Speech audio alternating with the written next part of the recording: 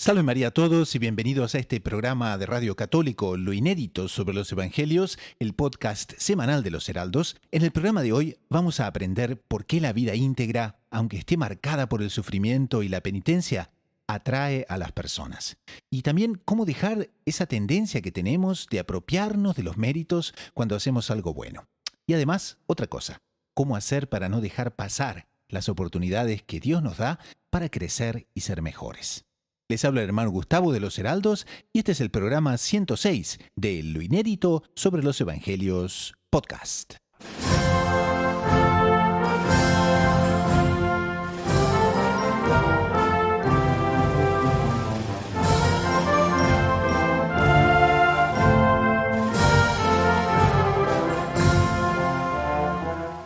En este episodio de Lo Inédito sobre los Evangelios Podcast, comentamos el Evangelio del segundo domingo del tiempo común. San Juan Bautista, el ejemplo del apostolado desinteresado y auténtico. En la sección Espiritualidad, cómo no dejar pasar las oportunidades que Dios nos da para crecer y ser mejores. Todo eso y mucho más en este nuevo episodio de Lo Inédito sobre los Evangelios Podcast.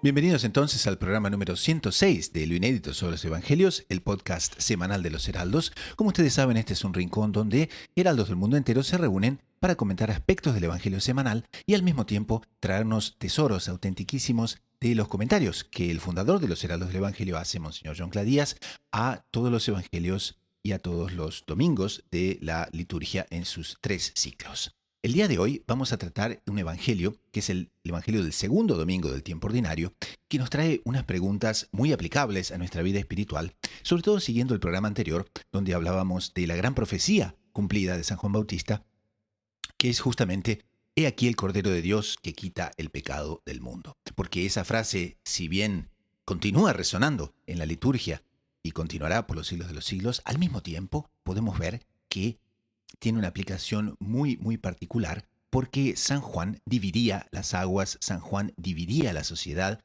y en definitiva provocaba o la admiración de unos o el odio abierto y el rechazo a justamente su profecía que hablaba sobre la venida del Mesías, la venida inminente del Mesías. Y eso tiene muchas aplicaciones a nuestra vida espiritual también, como decíamos en el programa anterior, porque evidentemente esa actitud se refleja muchas veces cuando vemos a alguien que es superior, cuando vemos a alguien que es mejor que nosotros. Entonces, claro, o podemos admirar o rechazar, y es justamente lo que pasa en este evangelio.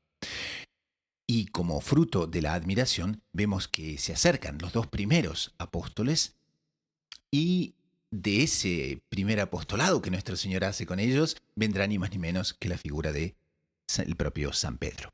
Pero bueno, para conversar sobre estos temas, hoy tenemos en el programa la alegría de contar con la presencia del hermano Fernando Pío Galán de los Heraldos, el doctor Saúl Castiblanco. Salve María a los dos, bienvenidos como siempre. Salve María, hermano Gustavo, salve María, doctor Saúl.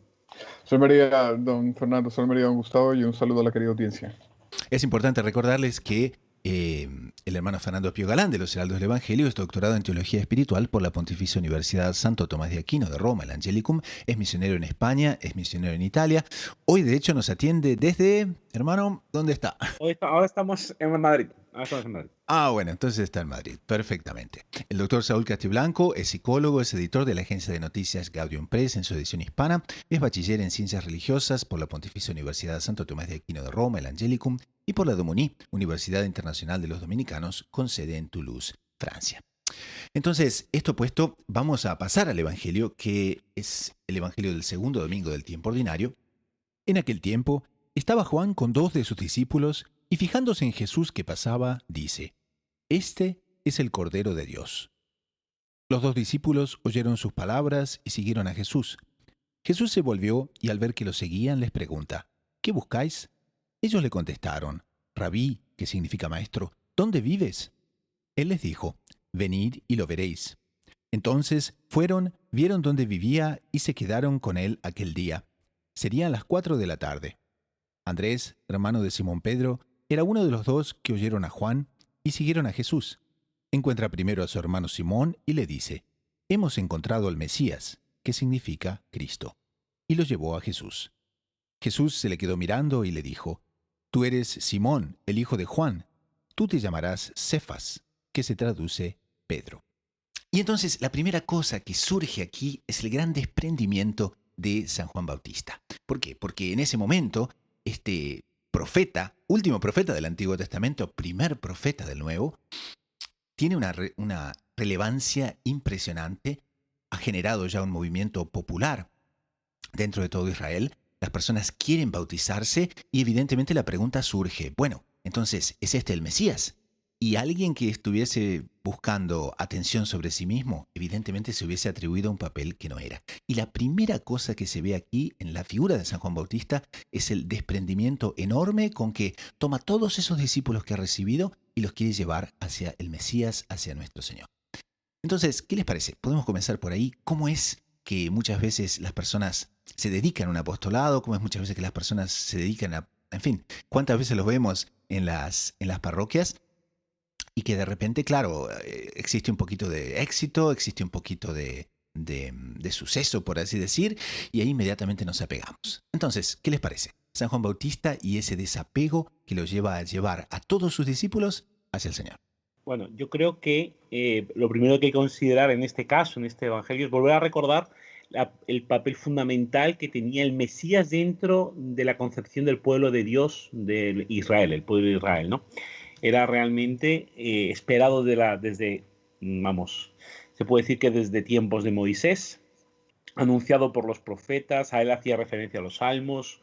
Era un evento como nosotros ahora, realmente, como nosotros esperamos la paruxía, ¿no? La segunda venida del Señor. Ellos esperaban el Mesías. La gran diferencia es que para ellos el Mesías era todavía un elemento no claro, en el sentido que había diferentes escuelas de espera, diferentes características para este Mesías que tenía que llegar, pero todos sabían que era una presencia firme y constante del Señor en medio de su pueblo. Entonces, en este sentido, habíamos hablado en los comentarios del Evangelio, en el Adviento, que todas las madres de Israel esperan ser madres del Mesías. En fin, era algo glorioso, era algo que unía al pueblo de Israel dentro de los límites de la época, claramente. Entonces, esto lo digo porque le da todavía una mayor importancia a lo que era propiamente todo lo que rodeaba el Mesías. O sea, todo Israel quería conocerlo, todo Israel quería ser su discípulo. Existía realmente un gran aliciente, ¿no?, para esta figura mesiánica, esta figura del Mesías, del ungido. Esto hace, digamos, valorizar más todavía la actitud de San Juan Bautista, que obviamente hay que pensar que San Juan Bautista es el primer devoto de la Virgen. Él recibe ya el Espíritu Santo, dicen los teólogos, en el seno de Santa Isabel. Entonces, por lo tanto, él mismo, en cuanto santo, en cuanto último profeta del Antiguo Testamento, primer profeta del Nuevo Testamento, él tenía que tener una presencia del Espíritu muy fuerte, claro, pero también por una lógica espiritual tendría que tener esta tentación por parte de Satanás, de él, que era llamado a mostrar al Cordero de Dios, o sea, mostrar al Mesías. Él ya tiene una tendencia a apropiarse, ¿no? Porque lo que seguramente nos puede explicar mucho mejor el doctor Saúl, es muy humano, es muy psicológicamente humano el apropiarse de las características de las cosas que nos pertenecen a nosotros, ¿no? Que no son las correspondientes a nuestra forma de ser. Dicen muchos teólogos que le fue borrado, es así, ¿no, Fernando? Le fue borrado el pecado original al momento de su santificación en el seno de su madre. Entonces Es una alguien diría, hipótesis bueno, fuerte. es una hipótesis. Entonces alguien diría, bueno, entonces no tenía tendencia al engrandecimiento, no tenía tendencia a la apropiación. No, pero Adán tampoco tenía tendencia y mire que escuchó la voz del demonio que le decía, seréis como dioses, ¿no? Y se dio. Entonces, como lo dice don Fernando, si esa tendencia está, esa tentación le puede venir inclusive a una persona sin pecado original, y esa tentación sobre todo nos viene a nosotros, ¿cierto? Entonces es la hora de tomarlo como ejemplo. Una persona completamente desapegada, completamente admirada por aquel del cual él era un mero heraldo, un mero anunciador, y que cuando tuvo que entregar todo su apostolado, lo hizo no solamente de una manera fácil, sino contento porque estaba cumpliendo su misión. Y vemos esta figura, entonces, Monseñor John Cla le llama el evangelizador desapegado y atrayente, ¿no? Porque claro, en definitiva, la humildad atrae a las personas. Muchas veces vemos que las personas se quejan de los otros, nos dicen, porque tal persona hizo esto, tal persona hizo aquello. Siempre la culpa la tiene el vecino, ¿no?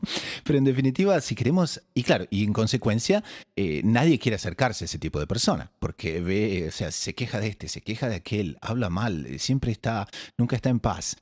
¿Quién va a acercarse a esa persona? ¿Quién va a sentirse atraído por ese tipo humano? En cambio, San Juan Bautista no. Era un evangelizador atrayente porque era desapegado y por eso justamente toda esa capacidad de atraer llamaba a las personas. Y llama ni más ni menos que dos personas inflamadísimas de celo por encontrar el Mesías, que era Andrés y Juan. ¿Y qué apóstoles justamente acabó llamando con esa atracción, no es cierto? No, exactamente. Lo que sabemos por los evangelios es que los discípulos de San Juan Bautista venían de todas partes. En el evangelio aparecen paganos haciéndose discípulos, yendo a bautizarse. Eso es una cosa realmente notable. Es verdad que no era único, no era inédito que hubiera paganos que se acercaran al cristianismo, pero de eso nos hace una idea de cómo era fuerte, de cómo era extendida esta llamada que hacía San Juan Bautista, que hasta paganos, ¿no? lo acogían. Y otra cosa que es bueno hacer notar, el Evangelio nos dice, vestía con piel de camello y comía miel silvestre y langostas del campo. O sea, no había en su vida algo que atrayera a sus fieles, era penitencia pura. ¿Cómo es posible entonces, no? Una vida tan austera atrayera a tantas personas, justamente porque es un signo de genuinidad. Por lo tanto, estos discípulos que aparecen aquí, tenemos aquí a los dos discípulos que se acercan a nuestro Señor, impulsados por San Juan Bautista y realmente impulsados por él. O sea, vemos que es una cosa genuina. El propio texto nos lo dice propiamente, que estos dos discípulos de San Juan están siguiendo a San Juan, pero siguen a San Juan con una fidelidad, no son apegados a San Juan, en el sentido que una vez que San Juan les dice que es él el que está anunciando, entre comillas, abandonan a San Juan. No lo abandonan, lo están siguiendo de verdad, porque el primer seguimiento de San Juan era para buscar a Cristo, era para seguir a buscar a Jesús. No, eso es maravilloso, toda la escena es maravillosa de desapego total, porque también los apóstoles, Juan y Andrés, podían haberse apegado al Bautista. Creo que comentábamos en un evangelio anterior que algunos inclusive no quisieron, a pesar de la clara indicación de San Juan Bautista, seguir a nuestro Señor. Pero ellos lo que estaban era siguiendo ya al Mesías en las palabras del Bautista. El Bautista seguramente describía lo que vendría a hacer aquel de cual él solamente estaba allanando los caminos, ¿no? Estaba preparando el terreno. Seguramente ya había colocado en los corazones de Juan y Andrés y de todos sus discípulos, los que lo quisieran recibir, la figura del Mesías prometido, tal como el Mesías era, no como el Mesías era querido por muchos que buscaban la grandeza de Israel. Y entonces cuando San Juan Bautista les señala que ese es el Cordero que tienen que seguir, ellos casi que lo hacen de una manera natural y alegre. Ese es el camino, ese es el paso siguiente en la realización de mi vida. Realmente son hechos muy bonitos que nos enseñan a realmente, a tener los afectos rectos, a admirar lo que debemos admirar, a tener desapegos y a buscar sobre todo la unión con Cristo, que es la que nos da la felicidad, la que realmente nos hace cumplir la vocación de nuestras vidas. Hay un aspecto también interesantísimo y es que San Juan Bautista no hace una explicación académica ni se extiende largamente. Simplemente dice, he aquí el Cordero de Dios. Y fue suficiente para que los dos siguiesen a nuestro Señor inmediatamente, ¿no? Qué docilidad, qué prontitud para justamente lanzarse, ¿no? Inmediatamente y seguir a aquel que es el Mesías. Ahora, hermano Fernando, ¿por qué el Cordero de Dios, como digamos afirmación, ya significaba que ese era el Mesías? ¿Cuál era la relación por la cual un hebreo de ese tiempo decía, entonces, ese es el Cordero de Dios, significa que ese es el Mesías? ¿Por qué? ¿Cuál era la relación tan clara que existía. Bueno, vamos a ver.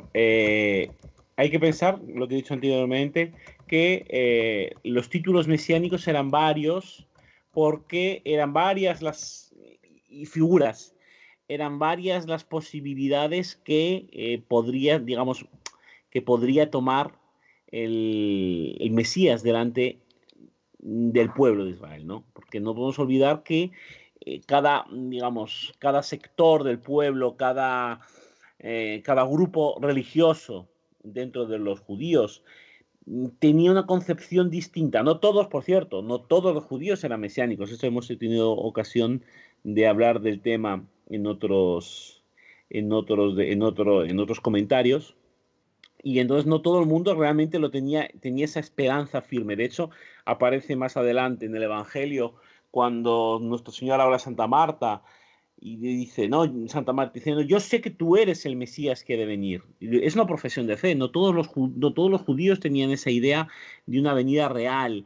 Había varias hipótesis. Eso para entender. Entonces, una vez de los judíos que realmente tenían la esperanza del Mesías, había algunos que lo esperaban como un jefe militar. Bueno, los propios apóstoles van a decir después, es ahora que va a ser restaurado el reinado de Israel. Se esperaba como un reinado propiamente militar, civil, como era el Imperio Romano, pero judío, que sometiera a los pueblos, ¿no? Luego estaban los que decían, los que lo esperaban propiamente como un sucesor de David.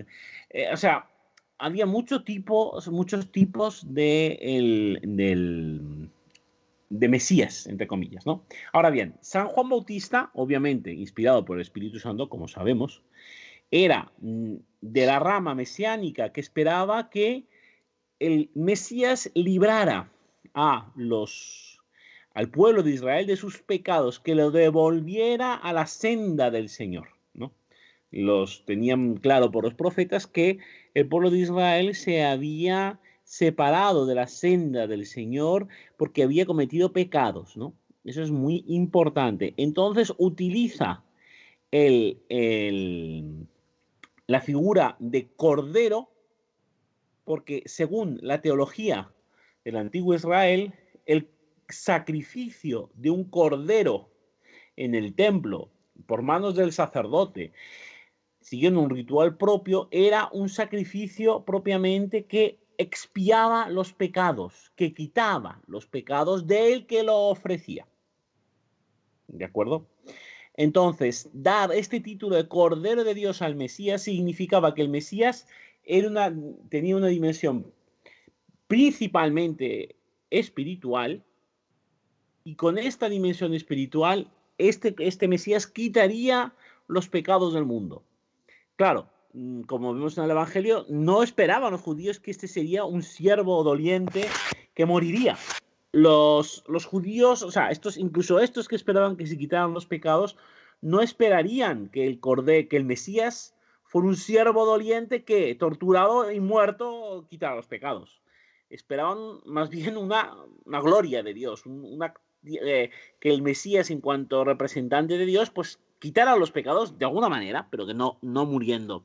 No entendían los signos. De hecho, lo vemos en el Evangelio, los propios apóstoles, hasta la efusión del Espíritu Santo, tampoco entienden la muerte de nuestro Señor y su posterior resurrección. A pesar de que estuviera profetizado y que hubiera figuras en el Antiguo Testamento, era tan distinto a la concepción habitual del pueblo de Israel que no lo entendían. No los podemos criticar, como ya muchas veces hemos dicho, nosotros tampoco lo habíamos entendido. Nosotros tenemos la gracia de tener los 2000 años de Iglesia Católica. Estamos subidos a 2000 años de Iglesia Católica que nos hacen entender las cosas de forma mucho más sencilla. Entonces, es esto. El cordero en el Antiguo Testamento era el que quitaba los pecados. Porque ofreciendo el sacrificio del cordero, expiabas tus propios pecados, los de tu familia. Hay una relación directa con el cordero de la cena pascual, la Pascua, la salida de Egipto, la vuelta a Dios, la tierra prometida. Era una figura fundamental, una figura central propiamente de la teología del pueblo de Israel, que tenía muchas dimensiones. Entonces, el decir, este es el Cordero de Dios, prácticamente no se igualaba, no era un título divino, o sea, el Cordero de Dios no significaba que ese Cordero de Dios fuera Dios, sino que implicaba un instrumento precioso de las manos de Dios, lo cual desde luego el Mesías era. No llegaban todavía a la concepción de que realmente el Cordero de Dios sería también Dios. Y ahí quizás vendría un aspecto muy psicológico, porque como el hermano Fernando decía, ¿no? Ya estamos subidos a 2000 años, ¿no? De leer el Evangelio, de que haya pasado de generación en generación, y para nosotros es un poquito natural. Entonces, sí, ese es el Cordero de Dios que quita los pecados del mundo, entonces lo siguieron y lo siguieron, ¿no? Y listo, ya lo aceptamos. Pero si vamos a pensar un poquito del punto de vista psicológico, primero, entonces ese es el Mesías. Ya debería ser una cosa, ¿no? Que les debería dar así un cierto respeto y un cierto temor en el punto de vista de venerar a esa persona. Pero ellos están tan movidos por el amor, tan movidos por el deseo de acercarse a ese Mesías, de conocer a ese Mesías, que tienen una audacia increíble, porque lo comienzan a seguir y como que lo comienzan a perseguir, ¿no? Y nuestro Señor se da vuelta y dice, y bueno, ¿qué queréis, no? Y ahí ellos le dicen simplemente, Señor, ¿dónde vives? ¿No? Y eso es una escena muy inocente, pero que al mismo tiempo muestra cómo estaban movidos por esa admiración total de querer seguir, cueste lo que cueste, y por más que falten las palabras, cómo explicarse, encontrar una manera de decir, Señor, ¿dónde vives? ¿Cómo podemos estar contigo? Qué actitud interesante y al mismo tiempo, cómo nos puede inspirar, ¿no? Porque ciertamente cuando vemos algo que es mucho mayor que nosotros, o lo amamos o nos quedamos en esa mediocridad que no va a seguir a nadie.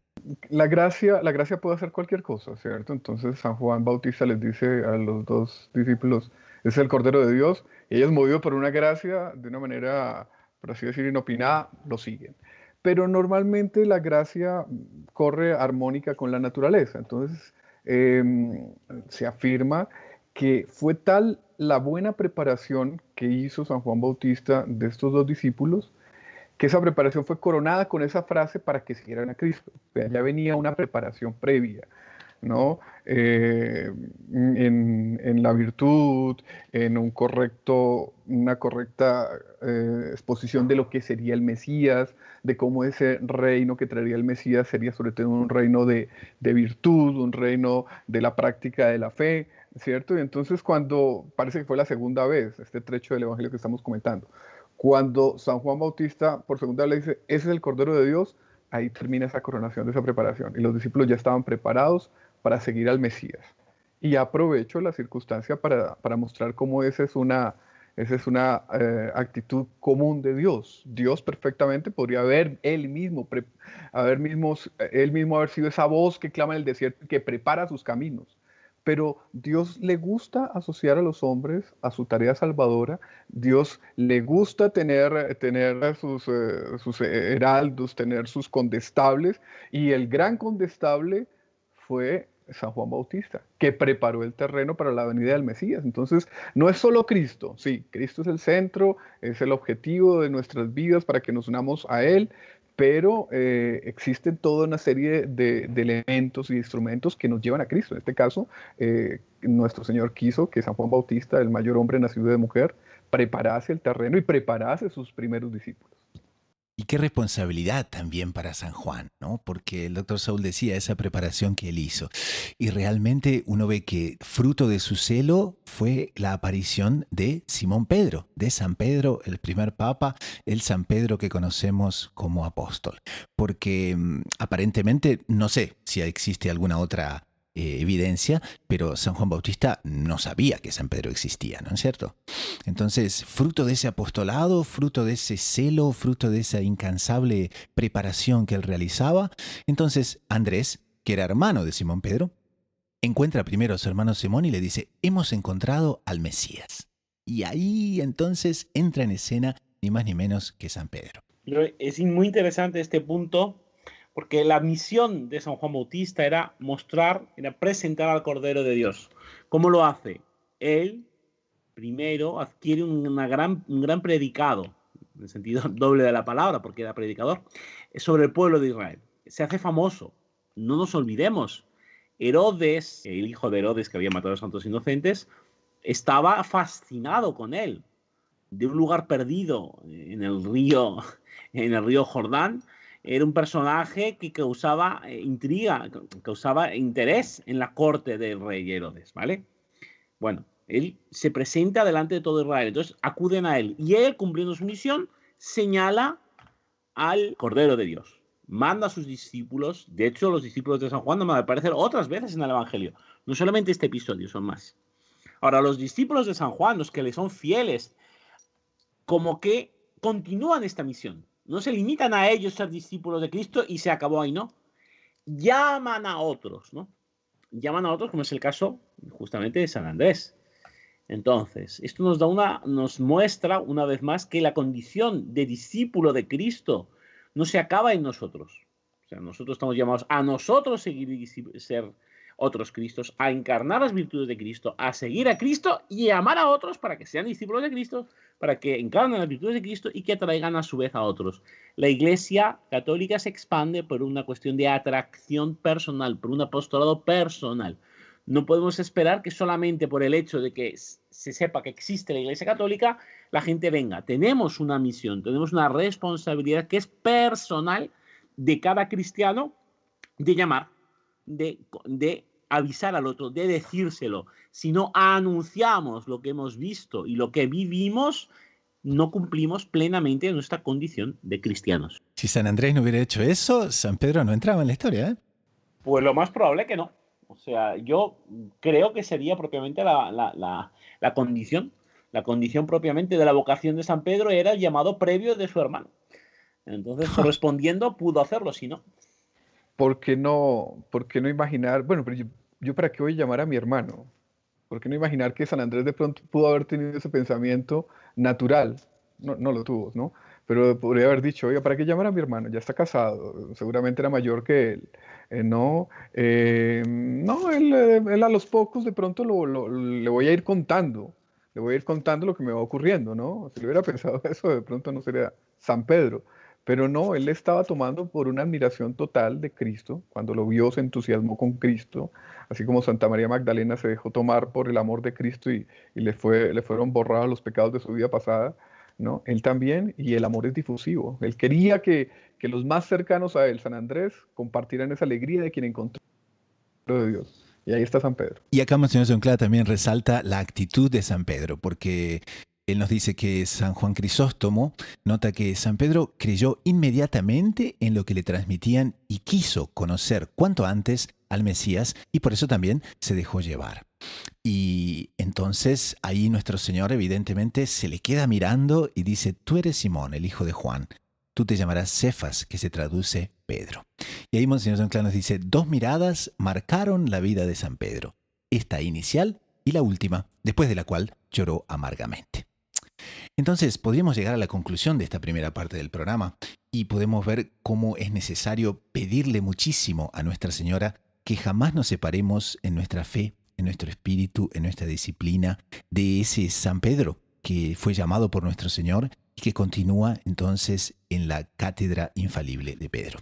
Que la Virgen Santísima infunda en nuestras almas la felicidad de creer en lo que la jerarquía enseña, practicar lo que ella ordena, amar lo que ella ama y reconocer sus vías para llegar a la gloria eterna. Entonces, es ese deseo de apostolado, es ese fuego de alma que precisamos y que necesitamos en estos tiempos tan difíciles. Pasamos ahora a un corte con el coro de los Heraldos del Evangelio y enseguida volvemos con el segundo segmento del programa, la sección Espiritualidad, y es una pregunta. El Bautista demuestra una vez más su total devoción a nuestro Señor. ¿Por qué? Porque también él teme que de repente nuestro Señor pasa y no vuelva. Y esa es una situación que puede darse muchas veces también en nuestra vida. ¿Cuántas veces recibimos una gracia? Y entonces, ¿qué tal si esa gracia pasa y no vuelve? ¿Cuál será nuestra actitud? Lo vemos en 2 minutos después del corte. Ya volvemos. Deus in adiutorium meum in tenere. Domine ad adiuvandum me festina. Gloria Patri et Filium et Spiritui Sancto. Sicut erat in principio et nunc et semper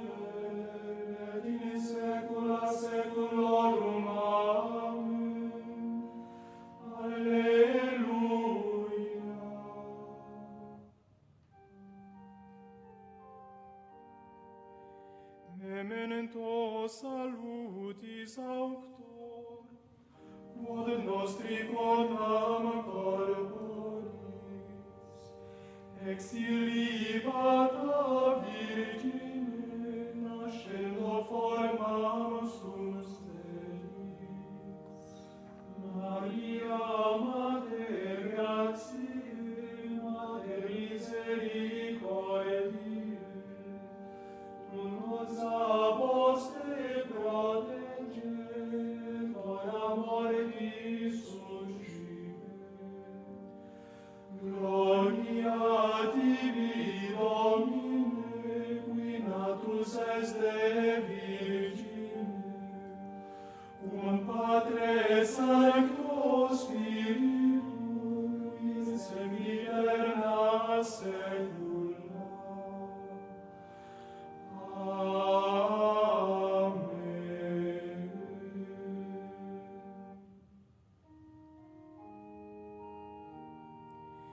In odore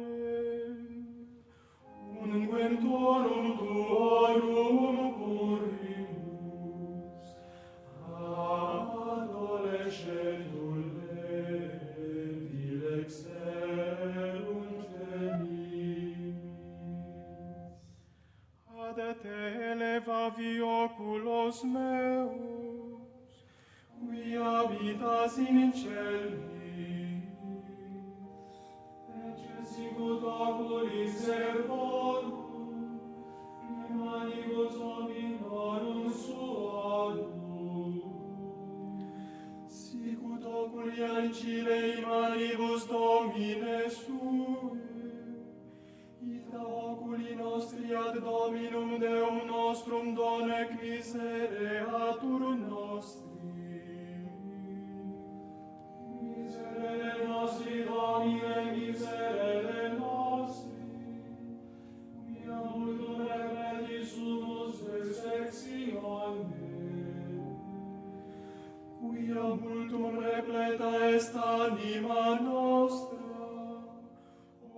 Pasamos ahora a la sección espiritualidad. Como ustedes saben, es clásico en nuestro programa. En esta sección exploramos temas centrales de la vida espiritual para el beneficio y el crecimiento de la audiencia. Cuentan que una vez Santa Teresa estaba rezando y de repente vio a nuestro Señor pasar cargando la cruz. De repente paró nuestro Señor, la miró por unos instantes y continuó su camino. Y evidentemente la voz de la gracia le inspiró a Santa Teresa el pensar eso, ¿no? Temo a Jesús que pasa y no vuelve. O quizás no vuelve. ¿Cómo sabemos si nuestro Señor pasa por nuestra vida y de repente no vuelve más? Y aquel momento de invitación, aquella mirada con la cual nos invita a seguir su camino, a acompañarle, quizás no se repita. Quizás haya sido una invitación que esperaba de nosotros la actitud de San Andrés, la actitud de San Juan.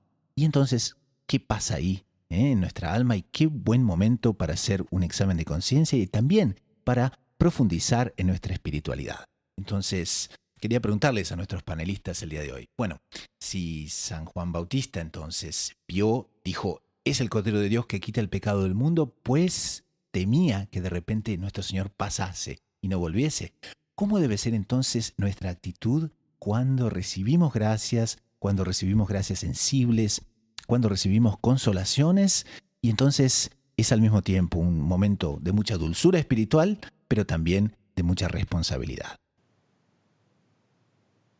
Bueno, lo primero de todo es un principio general de vida espiritual que hay que tenerlo muy claro, que es justamente esta falta de seguridad humana que tenemos en la vida espiritual. Esto llega al punto de que nosotros nunca podemos tener la certeza de estar en gracia de Dios. Esto lo dice el Catecismo de la Iglesia Católica. Ni siquiera eso tenemos una certeza total. Hasta en eso tenemos que confiar en la misericordia de Dios. No podemos tener siquiera la certeza de salvarnos. De hecho, uno de los pecados contra el Espíritu Santo es tener una certeza de salvación, ¿no? Lo que se llama la presunción de la salvación. Y también es pecado contra el Espíritu Santo tener esta certeza de condenación. En sí mismo es pecado también. O sea, existe esta incógnita. Pero esta incógnita que no es una incógnita que nos tiene que quitar propiamente la confianza, al contrario. Es una incógnita que nos hace más estar en las manos de Dios, estar propiamente esperando en la misericordia. esta incógnita que alcanza al momento supremo de nuestra vida terrena, que es cuando se acaba, ¿no? Y esto lo dice directamente nuestro Señor. No sabemos cómo llega la muerte llega como un ladrón. Si el propietario de casa supiera cuando llega el ladrón, estaría preparado para recibirlo, pero eso no es así. Entonces, existe en nuestra vida espiritual una incógnita, existe una serie de situaciones. ¿La manera cuál es? La manera es también la forma evangélica, vivir cada día su afán. Nosotros tenemos que querer ser santos cada día. No podemos hacer planes humanos tipo, bueno, yo esta semana voy a compartir más o menos, pero el fin de semana me confieso y estoy bueno el fin de semana, por si me muero el fin de semana, claro. No es así, porque me puedo morir ahora mismo que estoy hablando, o me puedo morir con 110 años. No lo sabemos. Tenemos que ser santos cada día. Nuestra vida espiritual se resume en el día concreto. Hoy tengo que ser santo. Es doctrina católica que la gracia constantemente nos convida a la conversión o al perfeccionamiento de la vida espiritual. Entonces, ¿cómo se entiende ahí que tengo miedo de Cristo que pasa y no vuelve? Bueno, que las gracias son las gracias. La gracia es la mayor criatura del universo, ¿no? Don Gustavo daba un signo de muchas gracias y es sentirse emocionado, ¿cierto? Una persona que, por ejemplo, durante mucho tiempo estuvo alejada de la fe, pasa delante de una capilla con Santísimo Sacramento y siente una alegría dentro del alma, de pronto siente un deseo de confesarse, ¿no? Y entonces empiezan a jugar dentro del alma dos fuerzas, ¿no? La fuerza de la vida de pecado, la fuerza de la indiferencia de la religión, de muchos años de no practicarla, y la fuerza de la gracia que le trae recuerdos de su primera comunión, que le trae el deseo de llevar una vida nuevamente virtuosa, una vida pura, ¿no? Y entonces en ese momento el alma puede estar definiendo su futuro, sí, porque Dios no está obligado a constantemente derramar gracias gigantescas. Dios como que se obligó a sí mismo a dar la gracia necesaria para la salvación, pero no ciertas gracias insignes que Él constantemente nos está mandando para llevarnos a la conversión. Entonces, no podemos despreciarlas, tenemos que ver que aunque no lo veamos con los ojos de la carne, una gracia vale más que cualquier fortuna humana. Y entonces tenemos que aprovecharla para acercarnos a Dios, acercarnos a la iglesia, ¿cierto? Y si fuimos ingratos, si rechazamos unas gracias, pedir perdón, acudir a la misericordia de Dios. Como bien nos recordaba don Fernando, a esa misericordia debemos todo. Y a esa misericordia pedir más gracias y ser fiel a la gracia. Y ahí también esa fidelidad a la gracia y también lo que ustedes comentaban, quizás nos lleva a esa parte del Evangelio de hoy donde nuestro Señor pregunta a los apóstoles que le están siguiendo, ¿qué buscáis? Y esa no sería también una pregunta para cada uno de nosotros, ¿eh? Que nuestro Señor de repente pasa, nos mira y nos pregunta, ¿qué buscáis? Y ahí será lindo entonces profundizar, ¿qué les parece? Porque claro, tenemos varias opciones. ¿Qué buscamos? ¿Buscamos el pecado? ¿Buscamos la sensualidad? ¿Buscamos el placer? ¿O buscamos la Santa Iglesia? ¿Buscamos la gloria de Dios? ¿Buscamos el bien de los demás? Qué momento interesante para hacerse esas preguntas. ¿Qué les parece? Bueno, justamente aquí el punto esencial, el punto fundamental es que nosotros tenemos que buscar esta gracia. La gracia no es un objeto que se atesora. Se puede utilizar por explicación, por entendimiento, una metáfora, una parábola de la gracia como un tesoro, o sea, como algo físico que tenemos, que poseemos, pero no. La gracia es una participación de la vida divina. Nosotros pasamos a ser partícipes de la vida de Dios. Entonces, en ese sentido, la gracia la tenemos que querer para nosotros santificarnos, no para aparecer delante de otros, para beneficiarnos delante del mundo, delante de los demás por la gracia, y sobre todo, como buenos discípulos de Cristo, si vivimos en Cristo, tenemos que querer que los demás vivan en Cristo. Tenemos que tener esa intención, ese interés en que también los demás vivan en la vida de la gracia. ¿Qué estamos buscando? Y casi que se podría decir en estos primeros días que estamos buscando en este año que comienza, con todo tipo de perspectivas, de esperanza y también de aprensión. Pues tenemos que recordarnos a nosotros mismos el catecismo, tenemos que buscar a Cristo, tenemos que buscar la unión con Él, que se consigue de más fácil manera a través de la Santísima Virgen, tenemos que buscar la conversión, tenemos que buscar tener una vida interior más seria. Si somos flojos en la oración, tenemos que estar más atentos en la oración, tenemos que buscar aumentar nuestra formación de la vida cristiana. No es que yo ya en otra época estudié el catecismo y ya no, eso se olvida, y por eso la iglesia propugna la meditación diaria en las verdades de la fe, ¿no? Pero sobre todo eso, tenemos que buscar a nuestro Señor, que el resto se nos dará por añadidura. Y aquí también Monseñor John nos invita a hacer una aplicación un poquito ya más específica y que seguramente va a tener una utilidad enorme para la audiencia, porque aquí él nos dice, bueno, ¿qué buscamos en los lugares que frecuentamos? Entonces, ¿qué buscamos en nuestras compañías y en nuestras amistades? Ese es un termómetro muchas veces, porque si vamos a ver, las amistades son aquellas que nosotros favorecemos y son relacionamientos muchas veces muy profundos. Entonces, ¿cómo podemos aconsejar a la audiencia ciertos puntos de cómo saber elegir bien las compañías y cómo saber elegir bien las amistades? Porque esas cosas van a influenciar a nosotros mismos, van a influenciar nuestro contexto, van a influenciar lo que pensamos y van también a influenciar, en definitiva, nuestra concepción de las cosas. Entonces, amistades, compañías, ¿cómo seleccionarlas bien? Yo creo que aquí tenemos al gran maestro de la vida espiritual, que es San Ignacio de Loyola, que en el retiro, los ejercicios espirituales, habla de lo que se llama la regla del discernimiento de los espíritus, ¿no? Que dice, cuando nos encontramos delante de un espíritu, no se refiere aquí a un alma, ¿no? No se refiere a la intención de hacer algo, tenemos que discernir si eso nos lleva o nos aleja de Dios. Entonces, como cristianos que realmente queremos seguir los mandamientos, tenemos que ser coherentes. Y si el primer mandamiento es amar a Dios sobre todas las cosas, tiene que ser amar a Dios sobre las amistades, sobre los relacionamientos, sobre el empleo. Entonces, tenemos que ejercitar un discernimiento sobre si esta situación, esta persona, esta amistad, me está acercando a amar a Dios o me está alejando del amor de Dios. Y esto lo tenemos que hacer, obviamente, lo primero de todo, con una oración, o sea, pidiendo auxilio a Dios y aplicando también nuestros conocimientos, nuestras cualidades humanas propiamente en este análisis, ¿no? Esto tiene que ser la regla fundamental. Esto de aquí me hace más santo, me hace menos santo. Y en función de eso, lo que me hace más santo, me tengo que acercar, lo que me hace menos santo, me tengo que alejar.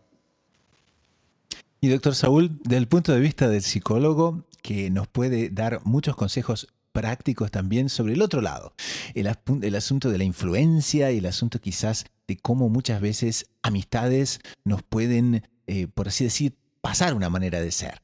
¿Qué le parece? ¿Cómo podemos aconsejar a la audiencia en ese aspecto? Sí, escoger bien los amigos es una decisión muy importante, ¿no? Porque un amigo, sobre todo mientras más cercano sea, pues más nos influye mucho, ¿no?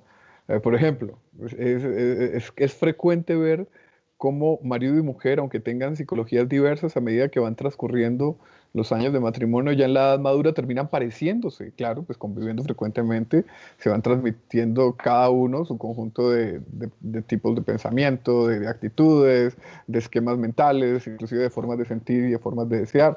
Entonces, la influencia es algo que aunque no se note entre dos personas que tienen contacto cercano, se da y se da mucho, ¿no?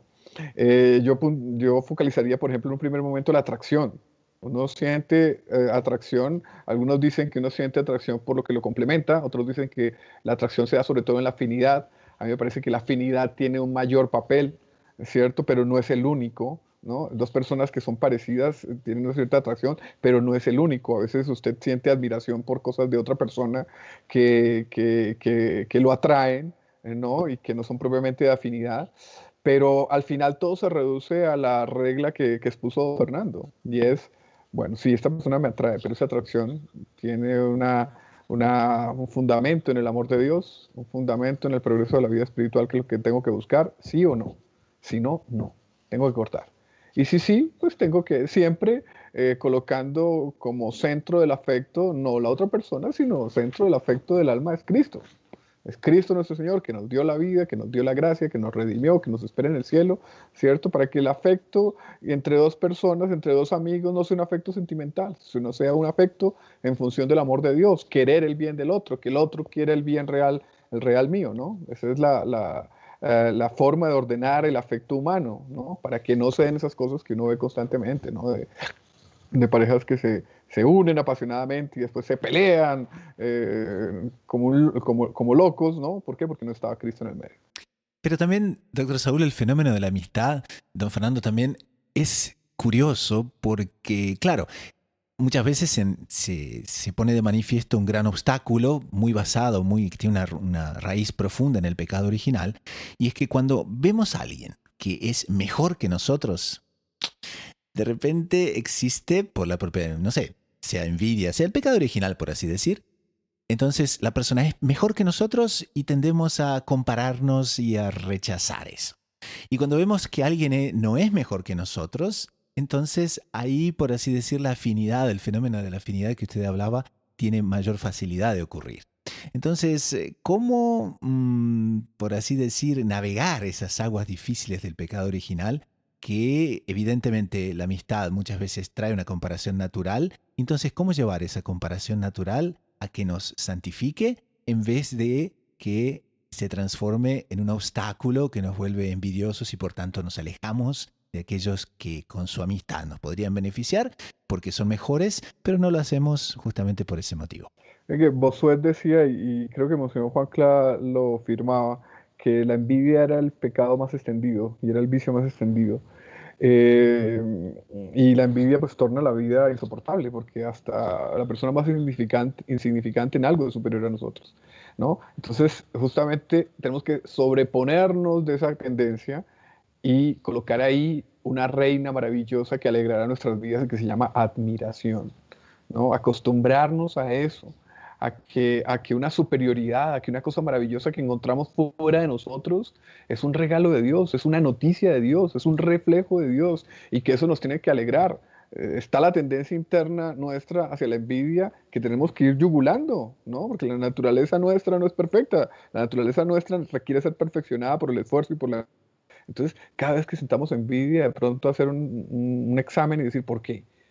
¿Por qué estoy envidiando esto? Porque yo creo que no puede haber nada superior a mí, a mis cualidades, cuando la alegría de la vida es justamente ver esas superioridades. No, eso no es así. Vamos a hacer un proceso en cámara lenta para ver en qué esta persona tiene ese brillo que tal vez yo no tenga y en eso admirar. Oye, qué cosa maravillosa que exista eso. El mundo no es aburrido. No solo existo yo, y no solo tiene que existir cosas como yo, inferiores a mí, sino que existen cosas muy superiores y maravillosas y diversas que en el fondo componen el gran concierto de la creación de Dios en el universo. Oiga, qué maravilla sobreponernos a eso, ¿no? Cuando nos vacunamos de esa manera contra la envidia, el mundo se hace un lugar muy lindo, muy habitable. Este valle de lágrimas empieza a mostrarnos unas rosas maravillosas con las cuales nos podemos realmente solazar. Y no podríamos dejar este tema también del qué buscáis, porque claro, están preguntando dónde nuestro Señor vive, ¿no? Y ese qué tema eucarístico, porque si vamos a ver profundamente, ¿dónde es que está nuestro Señor? Está bien, está en el cielo, pero también está en el tabernáculo. Entonces, cuando nuestro Señor les pregunta, ¿qué buscáis? Van y le preguntan, Señor, ¿dónde vives? ¿Cómo eso nos tiene que apuntar hacia la devoción eucarística de nuestro Señor que está en el tabernáculo? ¿Qué aconsejamos a nuestra audiencia para crecer en esa devoción a nuestro Señor en la Eucaristía, a nuestro Señor en el tabernáculo, a nuestro Señor en la adoración al Santísimo Sacramento?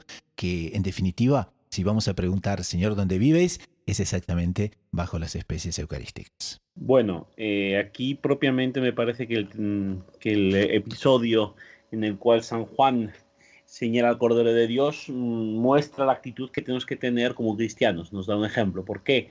Sabiendo que nuestro Señor está ahí, en el tabernáculo, que está esperándonos. Y sobre todo que no está en el tabernáculo para estar ahí. Que nuestro Señor está para que nosotros lo consumamos, las especies eucarísticas, para nosotros, consumiéndolos, nosotros pasar a vivir en Él. Sabiendo eso, tenemos que ir inmediatamente. No podemos tener un momento de decir, bueno, está bien, en algún momento puede ser útil. No, es el motivo de nuestra vida. Tiene que ser la fuerza motriz de nuestra espiritualidad en cuanto a cristianos. Tenemos que estar deseando ir para allí. Tenemos que tener ese convencimiento intelectual y pedir gracias para que este convencimiento intelectual, mental, nos vertebre, nos impulse en la vida espiritual. O sea, nuestra vida espiritual tiene que vivir de la Eucaristía. Nuestro día a día tiene que ser una preparación para recibir la Eucaristía, y una vez recibida, la consecuencia de haberla recibido, que nos va a preparar nuevamente a recibirla de vuelta. La Eucaristía tiene que ser para nosotros propiamente este motivo de vivir, ¿no? Esta fuerza de vida. Pasamos ahora a la sugerencia de la semana, una website, un libro, un podcast de doctrina católica que nos haya gustado para el bien espiritual de las personas. Doctor Saúl, recétenos algo para esta semana. Don Gustavo, quería recomendarle a nuestros oyentes la página informativa de la Archidiócesis de Madrid, que es alfayomega.es. También tiene sus secciones sobre cultura, sobre fe, algunas columnas de opinión muy interesantes y noticias muy actualizadas de la Iglesia en el mundo y en España, y en concreto en Madrid también. Entonces, quienes quieran consultar un noticiario actualizado de la Iglesia pueden ir a Alfa y Omega, donde también encuentran muy buenos artículos de cultura católica y de formación en la fe y en la vida cristiana. alfayomega.es. Entonces, yo recomendaría esta semana la siempre interesante y formativa Enciclopedia Católica. Esta enciclopedia que fue impresa a inicios del siglo XX en Estados Unidos y que se puede acceder a ella totalmente digitalizada en inglés. De hecho, la obra original es inglés. O una traducción parcial, no de todas las voces, pero sí de las principales, en aciprensa. Entonces, en esta enciclopedia, que realmente es muy interesante y, repito, recomiendo a todos nuestros oyentes como fuente segura de información sobre la Iglesia Católica, yo recomiendo especialmente un tema que hemos tratado mucho en este comentario, o sea, el Mesías. ¿Quién era el Mesías? La historia, por qué se le llama. En fin, es un tema muy interesante, es muy importante, porque no es un simple dato histórico del pueblo de Israel, una cosa que hacían, bueno, sí, lo hacían ellos, esperaban ellos. Nosotros vivimos, somos la continuación, la Iglesia Católica es el pueblo de Dios, la continuación del pueblo de Israel, después de la venida del Mesías, del Hijo de Dios, de nuestro Señor Jesucristo. Y en concreto, una de las características que el pueblo de Israel esperaba del Mesías, la Iglesia Católica lo encarna en cuanto cuerpo místico de Cristo, por lo tanto, adquiere también las capacidades y las cualidades del Mesías. Y yo hago notar que justamente una de las características que iba a tener el Mesías, que tuvo el Mesías, por supuesto, era justamente recibir de Dios el espíritu de sabiduría, de comprensión, el espíritu de consejo y de fortaleza, el espíritu de conocimiento y de piedad y el temor del Señor. O sea, los dones del Espíritu Santo que todo cristiano recibimos en el bautismo y que son activados, son reforzados y se ponen en práctica plenamente con el sacramento de la confirmación. Estos dones del Espíritu Santo, que es la acción del Espíritu Santo en nosotros, en nuestra vida espiritual, es una realidad propia de cada uno de los cristianos y ya eran predichos justamente en cuanto característica del Mesías. ¿Por qué? No nos olvidemos que somos nosotros, al ser bautizados y ser incorporados en Cristo, tenemos la triple dignidad de sacerdote, de profeta y de rey, que son justamente las cualidades del Mesías. El bautismo nos deifica, nos hace semejantes, mucho más semejantes a Dios, nos hace hijos adoptivos de Dios, también está haciendo de nosotros justamente Mesías. Así que es un aspecto muy interesante y yo creo que alimenta de una forma particular y nutritiva, especialmente nutritiva, nuestra vida espiritual y justamente nuestro desarrollo como cristianos, como católicos.